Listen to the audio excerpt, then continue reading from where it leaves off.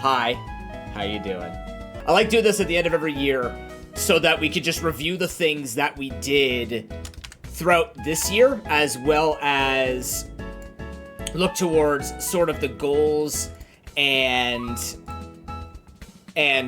plans for 2026. So we're going to talk about the things we did this year, and then we're going to look forward to things, because there are going to be some things we're going to be doing next year, because next year is not only 11 years of, what's it called?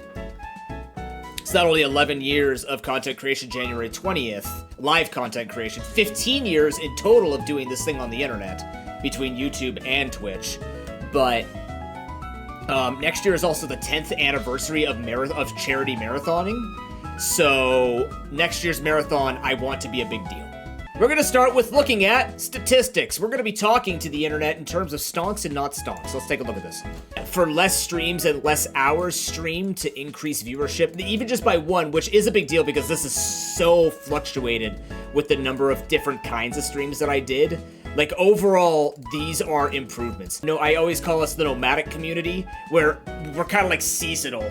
You know, we have a lot of people from Europe, we have a lot of people from US and Canada. It's not where I want to be at this point after almost 11 years, but overall, the numbers are not slipping, which is good, right? And again, one needs to keep in mind that we had some other bigger events, and generally speaking, the environment, like just the entire morale of the world is kind of down. I look at this the most. This is how I try to build my schedule to be respecting this. Is, as you can see, it just doesn't fucking matter what day I do. You guys come out every day except Sunday. Also, in case you ever wondered why I switched to the times that I stream at, this is why. Stream doesn't pick up until about like 4 or 5 hours into stream. Like, actually doesn't pick up until about 4 to 5 hours of stream. I know this, like, it does a nice bell curve here, right? Like, the hours watched with this does go nicely with it. There's no point in me really going after 6 hours of stream, numerically, because 12 to 6 hits the time when the European people are going to bed, and then the North American people are going to dinner. So, like, 6 hours done from 12 to 6 makes a ton of sense. The other times that I would have to stream to hit a better timing would either be 4 to 10 a.m., which, not just because I can't wake up, but also just in the environment that I'm in, I can't do it. Either that, I think nighttime doesn't work much anymore because we've sort of just translated into, like, the midday stream. We are the midday streamer, and a lot of the creators that I've met have been also, like, afternoon, evening streamers. So, creation time for live content is usually looking pretty good at the beginning of the week and during the day, and nothing more than 4 to 6 hours, basically. If I wanted to min-max numbers, I wouldn't go past 4 hours. Like, 5 hours should be the cap. But I do it for longer to try and, you know, not just, I don't want to be min-maxy nonstop. I'd rather just be able to give content as much as I can for who I can before it becomes just like there's no reason for us to be trying to look to improve numbers.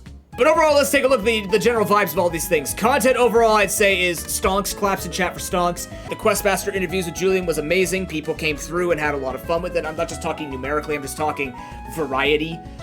In terms of what we went with, PokeRogue was a grand success here. ZA obviously was a big, exciting part of this. If we look at the next C that I check out, community, this is talking about community involvement with APs, trying to see if we can get a lot of collaborations going on with a lot of different, like a lot of different types of games or a lot of different events. And I put that as stonks with a gross face because I think that this year was the year that our community started to really expand, not numerically, but it expanded in variety and diversity. We have a lot of new people who are coming through from different communities, and we're sort of having like I've met a bunch of creators who actually will be doing a lot of content creation a lot of the time, right? They're as consistent kind of as I am. So, you know, it has been great to have a mix of the people who I've known for years, who are doing it at their own pace and have been great friends, and then meeting new friends who are also like, this is what they do, or this is a big part of what they do on top of the rest of their life. So, you know, it has been a very, it's been a very exciting year. And of course, charity, we have to take a look at the state of the charity. Charity was stonks, right? We're not looking at numbers for the charity per se, but we're looking at overall just the vibes of it. Instead of us doing this whole year-long thing, let's make it a month and let's just go with it. And overall, it was an absolute pleasure to raise money for the Children's Healthcare of Atlanta. Of course, once again, we did do that on behalf of Syed, who was our beloved friend who did pass away in May. So, you know, I'm glad that we were able to support his charity, or at least his state's children's healthcare program, and raise almost $1,000 for them. You know, it was nice to meet some old faces who I used to know through Extra Life as well, who happened to be running the thing, which was a big surprise for me. And I was excited because someone like Xyldar, I'm like, this guy is absolutely dedicated to his charity initiatives, and I love the energy that he brought and sort of the ideas that we would get and go from there. We also had games for waves, right? We did the dolphin conservation early on in the year as well. So we bounced between charity marathons and overall did a fairly decent job. So if you think about total fundraising, we did hit 4 digits. So, you know, very happy that we were able to give to a couple of different things. And again, you know, like, it's hard to do fundraising when the economy sucks. And as charity creators, you ask any charity creator, like, you can ask Pine, you can ask Tora, you can ask, like, anybody who's been doing charity for a while, you can ask them, and the general consensus with the people that I've talked to, or like what I've heard through other people talking to their organizers, including myself, is, yeah, it's just, it's tougher. Everybody is struggling, and obviously that's going to reflect numerically. That's why, you know, the numbers should never be the only thing I'm looking at, obviously, when I'm talking about success in charity. But also, I'm not as obsessed with trying to keep around what we used to raise a few years ago, because we're in a slightly different time now. Which is why I kind of feel a little bit better about, like, reaching out to multiple different organizations and running the things the way that we've run them now. Where it's just less time, let people know when they can be saving up for, and then that way everybody just has that predictability, and should they have the ability to donate that, so instead of it just being like, yeah, participate this or participate this, and it's all over the year, you know, we say, hey, this is charity time. If you want to go for it now. Overall, to be quite transparent with you, I have been working through really extreme burnout and really, like, extreme life and body changes that have made this year of content one of the most exciting, but also one of the most stressful for me. I'm sure you noticed something was up when I'm just not, like, you might notice that I'm on my Discord when it's 4, 5, 6 a.m. You notice, like, I haven't been able to be on time for the past month and a half, more so than normal. You'd probably notice that my energy has been a little bit lower, and overall, maybe I look a little more uncomfortable on stream from my tailbone, or just, like, not being able to have a lot of energy. And that's because that you know, that is how it has been.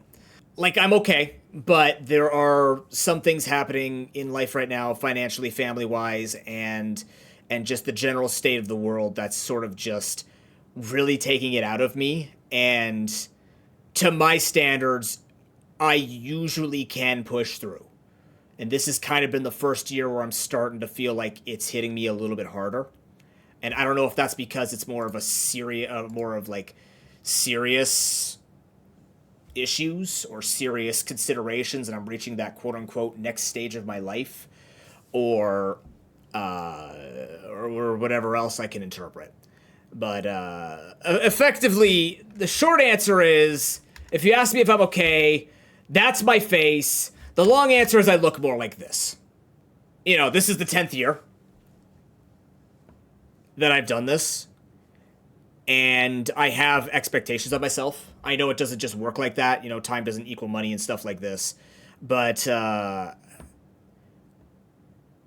the intrusive thoughts in my head kind of say maybe this is just gone past its expiry date.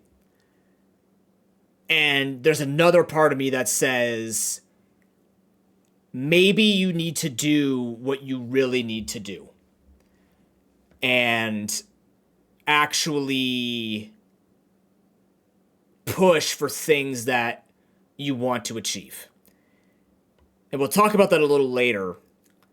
But the reality is, where I am right now is not conducive to where I want to aim to be. So, it's not an excuse, but it is really weighing me down. Money's really tight because of the health problems. It's really hard to be productive where I am. My workspace is just not the workspace that I need. The resources and setup that I want is just impossible. It's not my choice. So of course that's something to fight through. The world is a dumpster fire with hope. I always believe that we can make it through any adversity, and there is a lot of adversity to absorb right now. And that all gets complicated with the fact that my body, even though it is improving, I'm still feeling like shit after a lot of the streams. And I'm kind of stuck. I don't know what to do. I am not in danger of losing my home or losing my dependency with my parents. My health is supposedly not leading to anything that's worsened where I have like a timeline or anything like that. So it's nothing dramatic. But I really, really, really care about stream. And I really care about this, and this is my full-time job. I take it very seriously. So when there are barriers and unnecessary road bumps that constantly stop me from the one thing outside of my relationship that has really slowed me down from wanting to achieve things for myself and for other people, it does take a toll. And I don't have the resources to fix it. And I haven't been in a position like that before. The fact is, I love this industry as much as I hate this industry for what it is and how it's treated. So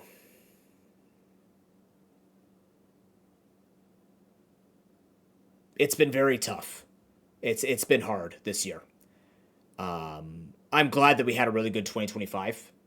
Let's keep taking this seriously and show people that, yeah, it's quite improbable that this becomes something that is suitable for living or stuff like that. And honestly, at this point, I don't care. Because without me putting this much work into this stream, I'm not getting up after exercise, or I'm not waking up. You make fun of the butt disc. That butt disc is saving my ass, literally. Literally saving my ass. Between that and my standing desk, it's the only way I make it through the day at this point. Fuck. I'm tired, but I'm not done, right? And the first biggest thing that we have to talk about is obviously the 10th annual charity marathon. Next year will mark 10 years that we have run a marathon. We have fundraised every single year, but it was the second year of streaming where I got together with my friends in my friend's basement and we started the Pokemon game show and we did 2 or 3 days of fundraising. So this year is the 10th anniversary of that. So I want to do something enormous with it. I want to figure out something to get a lot of people involved and to just sort of celebrate marathoning in general. I want this to be a big deal. I want this to be enormous for next year. I really want to celebrate it.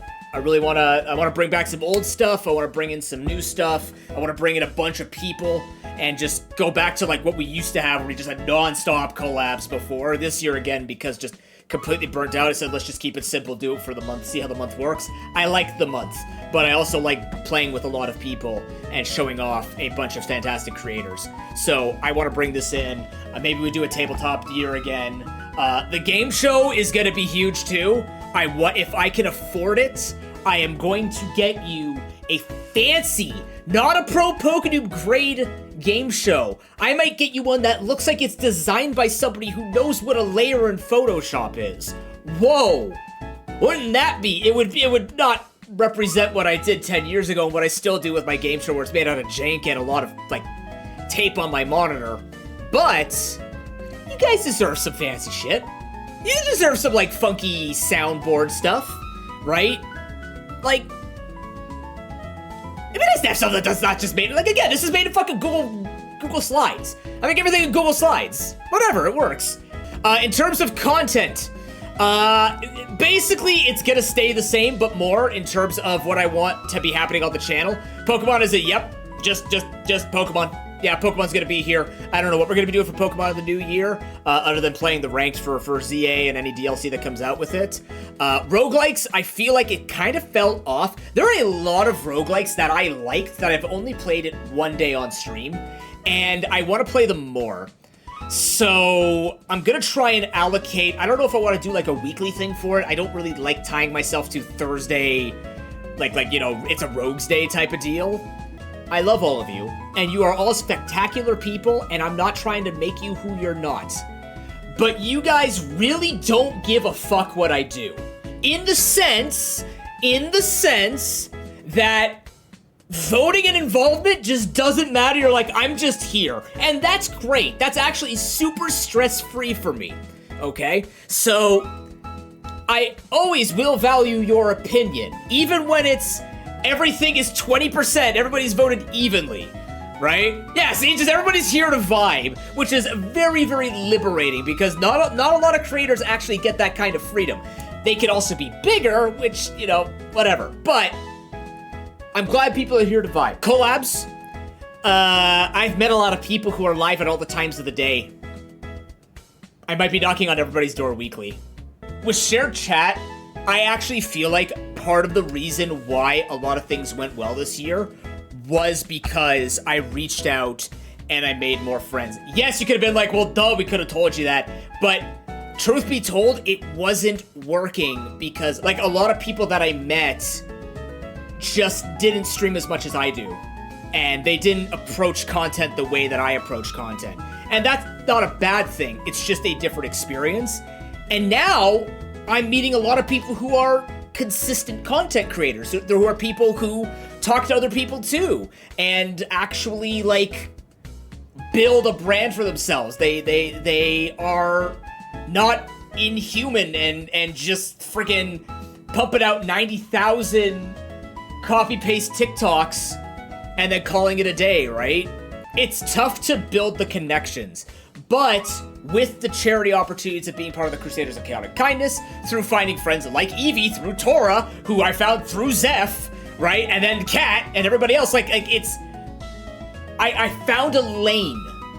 I found this, like, really weird zone between all the charity work that I did, where I met Cell, I met Moose, which led to me meeting a lot of cool people. My point being, hi, there's a lot of you who I've met because of other people who I've met through friends of mine who I met just because I took a shot on the internet. And I appreciate that. Because it's not about the business. I actually feel like I found my people, I suppose. Because I felt so alone for so long with doing the nuzlocking and unique challenges. Like, people would come in. The reason why my original community built was because they're like, oh, I've never seen someone do this before. And then I started learning, like, people being like, oh, you think you're Peach-Owl. You think you're small ant. Shut the fuck up, small bald guy. And I'm like, what the hell? Don't call me small or bald. Might be true, but it's not. Stop it. I'm small. But, like, I'm like, people just didn't respect or didn't recognize that, what if I just like doing weird challenges And people like watching me play weird challenges. And then I met other people who also do challenges, and there are people who like watching them do weird challenges. You know? Archipelago. I'm really hoping I can get more of these with you guys, because there's a lot of games I want to play. There's a lot of games you guys want to play. More people are joining for APs, so I want to try and get as many opportunities for us to build Archipelago so that people can have the opportunity to choose what days they could actually be a part of. And you guys know how much creativity I can find, but I'm also open to your suggestions as well. 2026. This game's coming in at 1.0. Questmaster, we're going to be building the Johto map. We're going to be taking a huge part in this. I've already verbalized that one thing that I want to do with Questmaster is talk to the entire dev team. I want to talk to the musicians, the artists, Julian. I want to talk to everybody on the team, the advertisers. I want to get bigger creators out, and I want to interview, and I want to take a look at their work and their art and kind of just have the entire process explained. Kind of like just one of those like sit the cast down. I want to do that with Questmaster's team. That will be, once I know what a 1.0 is, I'm immediately reaching out to Blessius or Julian, and I'm going to be like, I need to get this going right now. I really want to talk to all of you. I want to be the guy who puts this on, like puts this out there to the internet, because it's going to be big with big Zelda creators, but I want to be the one who interviews, and I want to be the one to like showcase and really pick the minds of the Questmaster dev team, because they've done a spectacular job. They're very fun with their community, and I believe in this game to do well enough to get the additional funding, as well as for the community to stay strong with everything that Julian's going to be building, and the modding community to stay strong as well. Now, I'm going to say it for the shock value, and then I'll explain myself after. As of Pokemon Legends ZA, I think I'm done spending money on consoles/Pokemon games. Legends ZA is very good. I have enjoyed my time with it. I love the entire culture they built within it. The feel of the game is spectacular. The DLC was amazing with a lot of great additions. I'm glad that they are digging into the great, like, diversity and depth and expansion of Pokemon. However, with the Switch 2 being under the legality that they could just shut it down whenever they want, and with the way in which they have disrespected a community, at least for Pokemon, where they just don't give a fuck enough outside of their games, and they don't, like, I'm not saying they have to listen to us, but it's just, there's just so much that happens between their patenting and all the moves they made against Power World that have just irked me to the point where I will play Pokemon, but I will not give them my money. I am not worried about being present and timely with playing the Pokemon games. In fact, playing Pokemon games on release tanks my numbers. It actually does the same or worse, because you guys are normal gamers and you want to play the game for yourself. And we're just a very tight-knit community of people who want to play the games themselves, and we all end up in different places, which is awesome. It's a good experience. But it also means I'm not going to grow by bringing more people in to watch the game because they're not going to buy the game. I am very much a play with, not a watch with, right? People like to play beside me, not watch me play. That's been my understanding of the community. So, if I can play future Pokemon games, I will. Does this mean that maybe one day I'm going to need a Switch 2 just to play the Pokemon games? We'll get there when we get there. I'm not going to worry about it until we get more information. Or just more, like, a better look at what the state of everything is. Again, I'm trying to, you know what I'm trying to dodge, but as long as I don't say it, I can't get in trouble. This is a really scary decision to make, because someone could easily take the clip of this and throw it back in my face if they see, hey, I've been sponsored to play this game on the Nintendo Switch 2 and stuff like that, right? Know that if it's for business and it is adding up to a business profit, that I will buy Nintendo products for the purposes of business. But until it is for business, I can survive without having new Pokemon games. We have 9 generations of Pokemon games that we can play now. Yes, it'll be lonely. Yes, I do want to play Pokemon, and I would love to have that experience. But it is really bothering me from an ethical standpoint of the way that Nintendo is operating and the way that the Pokemon Company is making decisions. The big thing was, the biggest flaw of Gen 9, I said this at the end of my stream on Monday, the biggest thing that stops me from saying that Legends ZA is one of my favorite games of all time is how much they literally hate us when they designed this game. They made it so hard to do everything. And then once you get there, it's the most fun thing ever. But the constant grind to get to new content in the DLC, the constant grind just to get a small cutscene, which was an amazing cutscene, did not feel satisfactory. The number of ideas that they had, which looked so promising, just fall flat. Fucking Volcanion is in a goddamn basement that is just a black box with a blue border. My part is from how much they say they love the community, but how the decisions that they make to show how much they love the community are just obnoxiously time-consuming tasks to make it look like we're playing the game more. That's why it's the best. That's why it's the best worst game, or it's the worst best game. There's a lot of decisions that were made that, again, go really, really well, but then they also just spit in your face. And that has been my opinion of Pokemon every single game since Gen 8. Right? Every single game that I've streamed, it's like, what a great fucking concept that they ruined with 2 other concepts. They are a 1 step forward, 2 steps back kind of company. And I hate that. And it bothers me. And the problem is, it does sell. I'll play Pokemon games, I'll play Pokemon music, I still love Pokemon, but I can't give them this money. Especially if the console that I need to play the game is going to get shut down one day. That's not ownership, and I will not be owning things that I cannot keep. You know what I'll do? We can all just watch the game together. I'm going to make collaborations with people who do have their systems, and they're not thinking about this the way that I'm thinking about this. You know, so when Eevee buys the next Pokemon game, remember I was building a Pokemon board game? Funnily enough, I have a lot done, and there's a lot of things I want to fix with it. However, this was taking up a lot of mental space for me, and I want to give it more time when I'm not so exhausted and I have real life things to worry about. So for now, I'm going to say it's on hold. Now, let's get to the juicy stuff. Now, this doesn't even have... We led with the... Obviously, the charity is one of the biggest things happening this year. These are long-term goals. These might not happen this year, but these are things that I want to be developing and will take a long time for me to do. You know, you think I'd have this already? I don't. But I am building the official ProPokeNoob Nuzlocke ROM hack.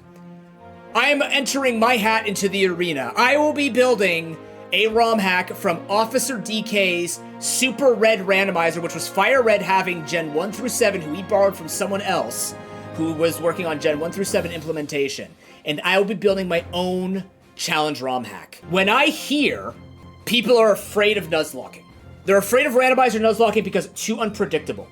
They are afraid of vanilla nuzlocking because games are very difficult to get through. And people have said, well, here's the problem, noob. I can't do both because that's gonna be a problem. But what if somebody designed a vanilla run that allowed you to randomize what Pokemon you get, but still play with vanilla movesets that are improved so you're not dealing with really shitty moves that wouldn't help you in a Nuzlocke? That's where I come in. I'm going to be building the Pokemon movesets and improving the movesets to make them Nuzlocke compatible for a challenge ROM hack. I want to improve the way that they play. I want to work with people on that. I want to make it where playing this game vanilla with vanilla encounters, playing this game vanilla, well, the idea is not playing it with vanilla encounters, it's playing it with randomized wilds, but it doesn't have to be randomized movesets, because the movesets will make almost every Pokemon have a role. You will be able to identify, for the most part, what a Pokemon would be good at and what it's trying to do. So I want to improve the base experience of Pokemon Fire Red, which includes Gen 1 through 7 Pokemon, to make it Nuzlockable, where people can take on challenges of which I think would be both a good building point to learn as a nuzlocker up to mastery of, you know, completely randomizing what you're dealing with and fighting them. But the thing is, you can also randomize. Okay, now, this was purely business. I want to join a stream team. I want to show other teams and other collaborators and other businesses that what I do with work and the care that I put into representing brands and representing others is top tier. I'm not afraid to say that. I have years of experience to back that up. I have years of success backing that up. I just don't have the numbers.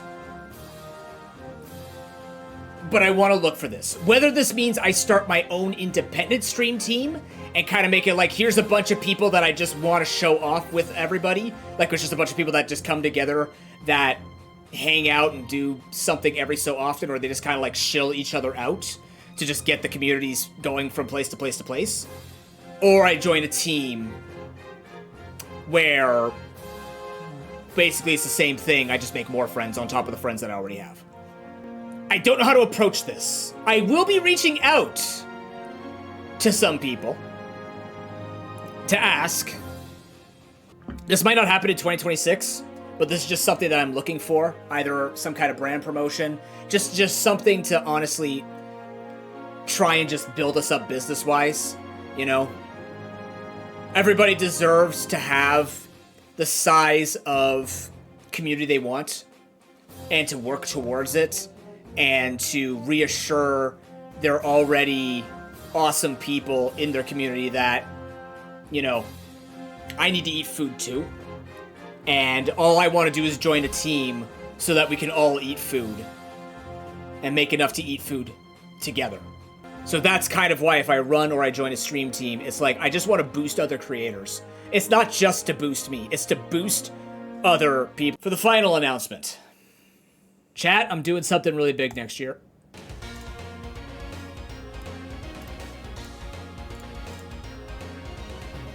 This one I'm running.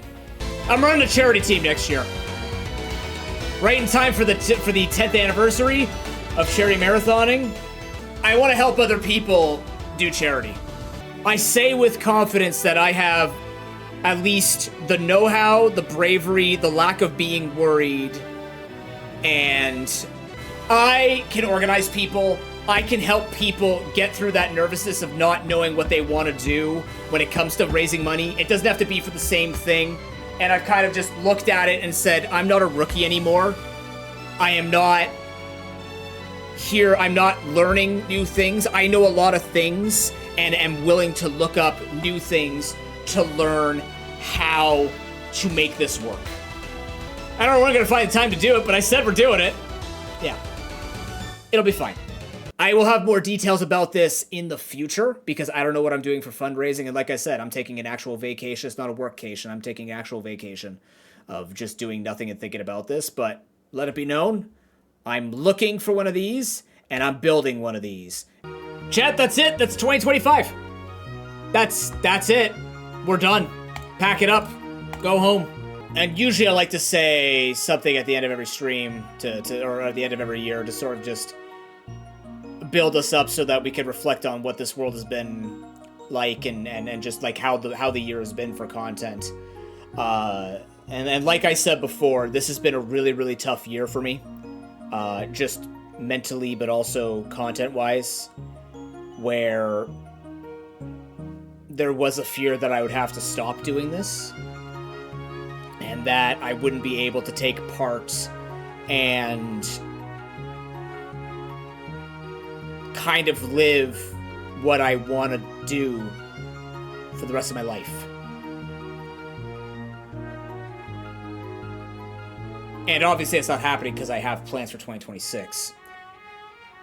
It's just going to be a lot of square or you know, square peg trying to go through circle.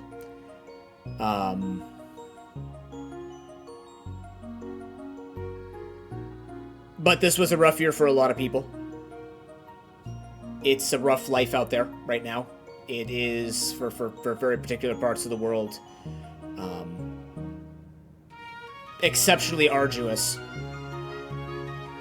And even if you don't hear it from other people, or you don't think it yourself, Know that if you've heard this, if you've watched this, if you pass on the message, that I am proud of us for making it to the end of 2025. I am proud of everything we have done with what time we've had. A lot of it is about the journey. And because we've been able to walk this journey, we have become better for it. For better or for worse. With whatever it led to us, we are here right now in this moment. And if we lose our way, we just think that it is December 31st, 2025. And you are here able to say that date. You are here to reflect upon everything that you have done. Everything you wish you'd done. Everything that you are looking forward to doing. And you have that ability to do so. And whenever I struggle to try and think about all the great things that have happened throughout the year or years before, and I feel, like I am failing people for not remembering things, I remind myself that, you know what? I am proud of me. I am proud of my efforts. I am proud to be doing what I'm doing.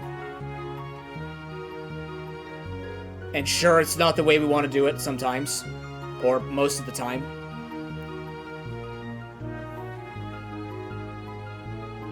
But the fact of being human is that we have that ability to muster strength that no one else can. That nothing else can.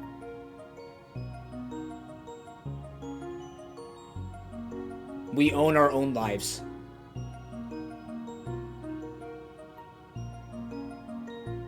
And in the darkness, we are our own light.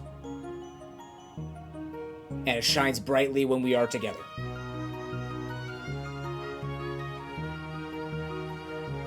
'26 is another year. It doesn't matter right now whether or not it's going to be the toughest year of your life or the best year of your life. It's a year that you are in. You are the protagonist. Because you got us. You've got me. You've got your best friends. You've got people you trust. We're gonna do this. We're going to live. We're going to experience. Syed did that every day of his life. And I think it just sends it home. We need to do the same thing. Thank you. Thank you for this year. This has been one of the greatest year for the Nooblets.